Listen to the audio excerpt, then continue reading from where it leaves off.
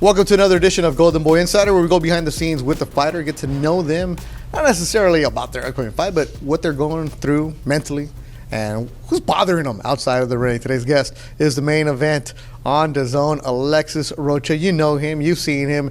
The young man is going to be the main event headlining, representing Santana, California. Alexis Rocha, all right, you become the main event. You've become a full man. You're 25 years old. We met you when you were a kid. 18? 18, yeah. You had just turned 18. You were the first fight of the night. Yeah. When you look back at your career, and I know you don't look back often, but when you look at what you've accomplished, do you ever just sit back and like, damn, yeah, this is all happening? I mean, yeah, you're going even back to the amateurs, you know, when I barely started fighting. Right off the bat, I won national tournaments, and within a year into my amateur, career, I should say, I went to Russia. I celebrated my 15th birthday when I landed in Russia. So yeah, looking back, like, damn, I've gone to Russia, Italy, Ukraine, Germany. I'm very grateful, and only person I can thank is God for this. But yeah, even looking back to my professional career, starting when you were calling my fights, and you still do, you're still always here. It's like you see me growing up. Yeah, so yeah.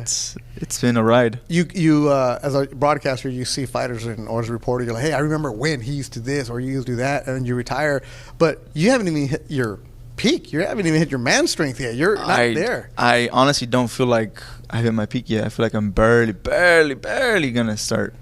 This is a ride that's very interesting because you have your ups and downs, whether it's in the ring, whether it's outside of the ring, your family life, your professional life, whatever it is.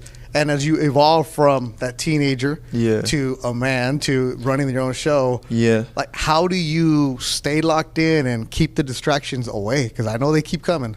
I mean, there's always going to be distractions, temptations, and everything, but you just got to stay grounded, really.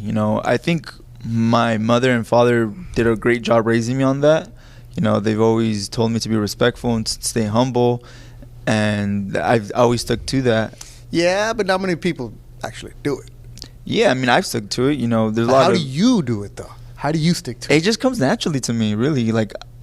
Because we all see the fake hustle and the fake humbleness out there. Yeah, everyone, exactly. Everyone's fake humble.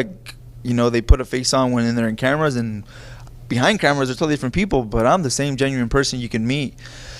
And to answer your question, it's easy. It's common sense too. Like, if I'm in training camp or even outside, I shouldn't be outside. I shouldn't be out and about past midnight. It's just common sense to me. If I'm in training camp, I have to sacrifice 8 weeks to stay home. The most I do is go watch a movie in the movie theaters and go walk around, at the malls, and that's the most I do. What time do you go to bed during camp? Honestly, this time I've been running really early in camp. I wake up at 5. I start running at 5:30. Shout out to Robert Villasenor back there. We start early, 5:30, so I'm literally in bed 8:30. Knock out around 9:15, 9:30. For a 25-year-old. Yeah. Usually who's getting ready at 11 to go out. But those are the sacrifices you talk about. Yeah, those are sacrifices you have to be put in. Whatever it takes is what I tell myself. You are the main event. You see yourself on the advertising. You see yourself everywhere else. But not too long ago, you weren't even on the posters. Yeah. Right? And people were like, oh, one day. For a young fighter who is like, I want to do that, but it's not happening to them. What's their best advice from Alexis Rocha? What camera? Any camera, right? Right there. So everyone out there following their dreams, just continue. There's always going to be bumps and roads. This life, and anything you do is not easy. There's always going to be ups and downs, little hiccups down the road. But as long as you believe in yourself and you don't lose sight of your vision and you don't get off the track, good things will happen. And I promise you that. I have suffered a loss. I've had bad stuff going on, not even necessarily outside the ring, but like I said, like we're talking about earlier, there's distractions, there's a lot of stuff. But as long as you keep going on the same path you're going and just keep going forward, I promise you, good stuff will happen. You quoted during the press conference Kobe Bryant, who passed away 3 years ago, the Mamba mentality. Yeah. You're not the biggest sports fan. I'm not, but the attitude of that, and you appreciate because that work ethic. Exactly. Why did you quote that today?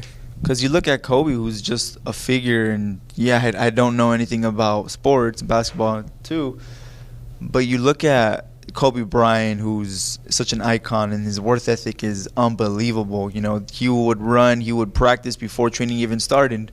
So that's something as me as an athlete want to take in. And that attitude, you're at TKO Boxing, you have the kids there that are coming to train. And I've seen it being in the same gym with you. Yeah, you've been there. I've been there, and when you're in there working, you're working alongside kids who are 10, 11 years old, 13, where a lot of guys, when they get to your level, like, okay, I need to go, I need to get away, I need this and that. You stick to the roots of where you started. Why? That's home. That's home for me. TKO Boxing Club's always going to be home. I have other doors that I've opened up for more privacy. Shout out Abraham Perez, SOA Boxing, SOA Fitness, that always open the doors.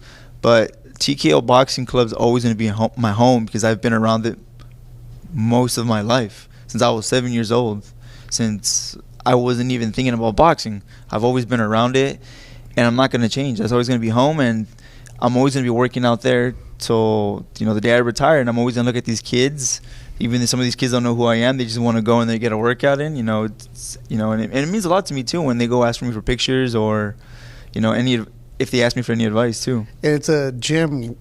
Quote gym. It's right next to a basketball court at a rec center in community Santana. center. It's a community center, and it's a nonprofit being run, and it's where you started off. And it's not necessarily we're here to train future pro fighters. It's about giving kids an opportunity to stay out of the streets, to find something there. Because there's kids there who I've been there. It's a fun place, but as Hector would say, we're here to work. Yeah. And when you're working, everybody knows their role. Lex, it has that feel of, yeah, you've outgrown it, but at the end of the day, you're there, and I don't think you've ever noticed when you're there how there might be a kid hitting a bag, but he's looking at the bag and he's also looking at you. He's watching what you're doing. Yeah. Like, do you notice that these kids are emulating you? I don't. You know, until this day, when people take pictures of me, it's like, wow, you really want to take a picture with me? Like, I look around, like, I'm just in shock. Like, why would you want to take a picture with me? But that's just that's just shows you how much sacrifices I put into this sport since I was 12 years old. And now he's the main event, continues to grow. Alexis Rocha, thanks for your time, man. No, thank you. Keep getting better. That's a fun fun fighter to watch, fun fighter to follow through, and also just, you know, you want to root for good people. That's one of the good ones in the sport. Another edition of Golden Boy Insider. I'm your host, Beto Duran.